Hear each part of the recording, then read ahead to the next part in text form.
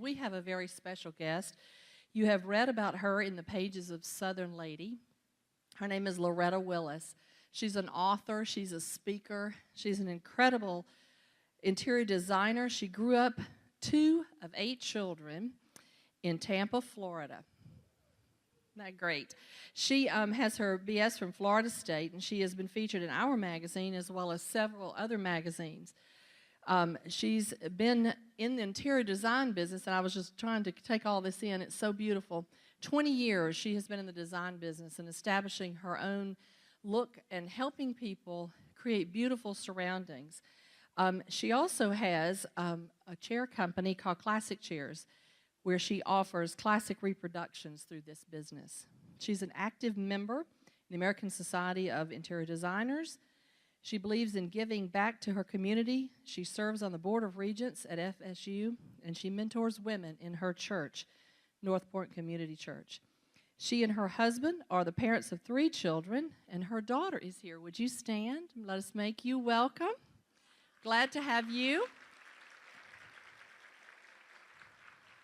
And they live in Milton, Georgia. Would you please make welcome Loretta Willis.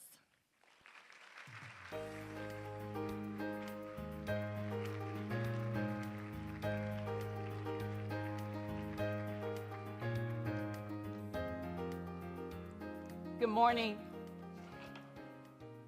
Well, I've been looking forward to this day for a long time, so I'm very grateful to have been invited and to be here. I want to thank Phyllis and Andy and especially Lynn, who she contacted me over a year ago through my Decorating Dilemma column that's on the website. So that column is there for you to, let's say if you have an issue going on in your home, you're not sure what to do, you can write your dilemma in and we'll respond back to you. So that's something that we give back, a way that we can give back. We can't serve everyone, but that's something that we can do. Today is also a special day. It's my mom's birthday. I know. She turned 77 today. And so my sisters are at home celebrating with them. But you know, I say a lot about my mother. I believe I wouldn't be here had it not been for her influence in my life. And so I love her so much. And I just wanted to give her that little tribute. My goal for today is to leave you more inspired with your own home, with your family, and we're going to talk about how interior design affects your family and your life. And I'm so sorry about this. I need to start my... There we go. The reason this is entitled Life is Design, I see design everywhere. I see it in the home, I see it here, I see it in the way the tables are laid out, I see it through how the colors are chosen. I see our lives as design in a way, because we all want to fulfill that purpose that we were born to fulfill. So I see a path for all of us, and everything that I say today will reflect that. My vision that drives what I do, and I hope that I convey that today, but basically helping others create beautiful and functional environments that will enhance their family and their individual lifestyle. That's my passion. And I love to tailor a project according to my client's needs. And I think a great designer is able to capture that vision for you, your family, and then to be able to incorporate the principles of design in a way that reflects you, more you than me. And that's my challenge, and that's what I love to accomplish. And I think that we have to have a long-term view in order for that to happen. There are many things that affect how we decorate, and I want us to take a look at that. This forecast was issued back in 2007. And it was for 2007 to 2015 from the National Association of Home Builders. But look at some of these predictions, and you'll see that they're coming true. They predicted that homes would not necessarily get any larger, but they would become more luxurious. and isn't that happening? That we would look at upgrades, that they would become more the norm. What we see today going into homes are, the commercial type kitchen equipment. We look at lighting. We want more quality lighting. We want our appliances to be, top tier. We want our homes well equipped. Now, baby boomers started buying homes not just to meet their functional needs, but to meet their lifestyle needs. And now, of course, those that are coming behind us want everything. The things that we used to wait 20 years to get, they want it now. They want to move in ready. The average size home, is still around that 2,500 square feet, but we want taller ceilings. We want, instead of looking at bathrooms as a utility space, we want, and this says 2.5 to 3.5 bathrooms are the average, but now we see 4 and 5 bathrooms in our homes. And in high-end, what they consider high-end homes, and I'm showing you different styles of homes. I'm trying to meet everyone here with my photos, but we want dual master suites now, and both on the main level. We want our family rooms larger.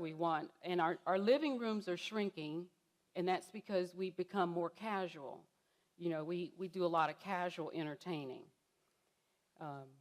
And then, of course, we want homes that have a more open, airy, bright look with islands in the kitchen and fewer walls separating, the rooms.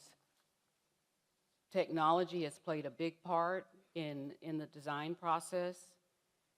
These smart homes, and you've seen some homes that have like one panel where you can control everything in the house. Even before as you're driving up to the house, you can have a remote system to where the lights can be turned on or the garage doors can be open before you get there or whatever. I didn't include this in the slide, but there's even now a manufacturer that's making a keypad for your front door.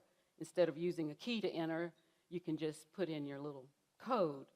So that seems a little strange right now. We're so used to a doorknob, unlocking the door and walking in.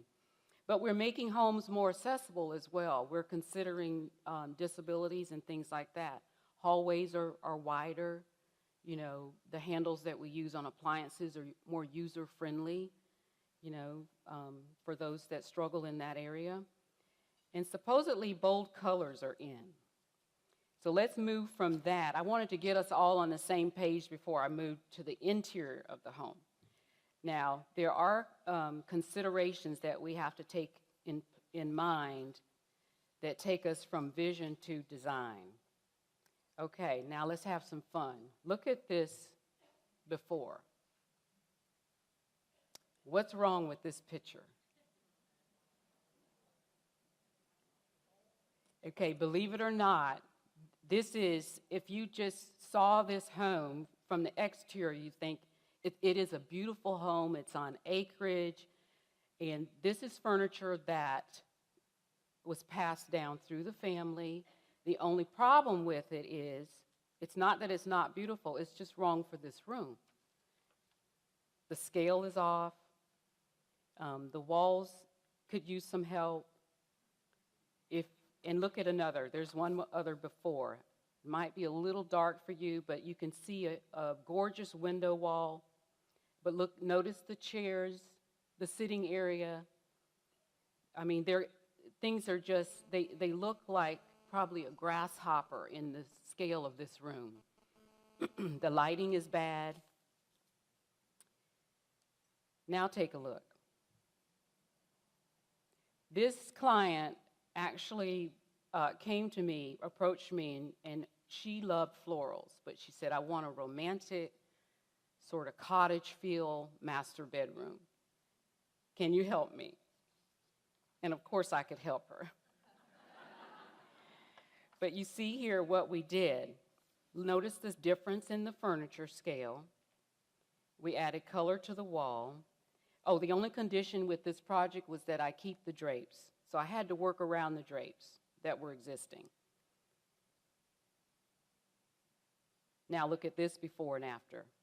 That back wall, you see the piece of furniture. See how the furniture has changed.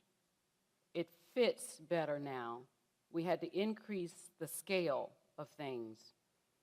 And it just looks fabulous against the wall color there. And then that's just a fuller view. Remember the little chairs that she had in front of the window? She wanted a sitting area, so we created a real sitting area for her. And they love that space. Okay, now let's move into, we all have our homes. A lot of us move into a home where it's pre-built. We have to make it work the way it is. But one of the principles I like to approach designing a home by is letting the home speak for itself. There are certain things that you have to pay attention to. You can't pretend that they're not there. So we have to embrace what we cannot change. And these are things that will influence the design approach.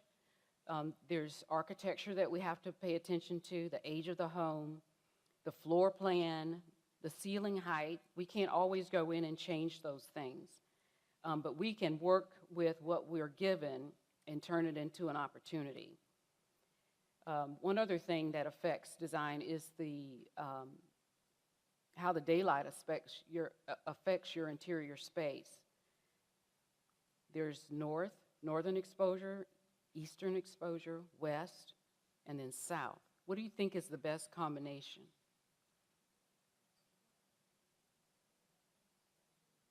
Yeah, east and west, I'm thinking, because if we get an east-facing window, you get the morning sunlight. In the west, you get the afternoon. So, if next time you're buying a house, think about that. Because I would think you'd want the shade in the back of your home in the afternoon. It really does affect, because that's where we live. We spend more time in the kitchen, family room area. So to me, that east-west exposure is probably the best. The north-facing, northern exposure, you will get light, but it won't be direct, and you'll get it all day. Okay? So, but that's just something I thought I'd throw in there. Now, let's have some more fun. We're going to focus on function here. And so what do you see? You see this cavernous space. In this particular home, this is the back of the home, and it's where they do their living. It's the family room, it's the kitchen, and beyond the photo on the right, beyond that large wall in the rear, is the actual utility laundry room area. But what the problem here, the challenge here, it's not a problem, it's a challenge. The challenge here is dividing up this huge space in this home and making it more functional. And the things that affect your space planning would be your season of life, whether or not you work at home, your lifestyle, the activities that you're involved in, the age of your children, your family dynamics, your hobbies, and leisure. So take a look here. This is the after. Do you notice some things that we changed? First of all, because they have a built-in screen porch behind this space, light was a problem. So remember the before picture? Maybe I can go back. There's only one lighting fixture in the ceiling. So we took out one fan and put in another chandelier, so that brought in more light. Then we divided the space by making half of the room the family room and the other half the breakfast room area. One of the challenges with this space is that where the fireplace was placed. Now, whoever the architect was, it looks glorious and grand when the room is empty, but when you start trying to live in it, it's a really tough challenge. So we use the fireplace sort of as the anchor for the family room. And they really wanted a place where the husband and wife could watch the news at the same time. So we created that his and her chair area with the flat screen on the back wall.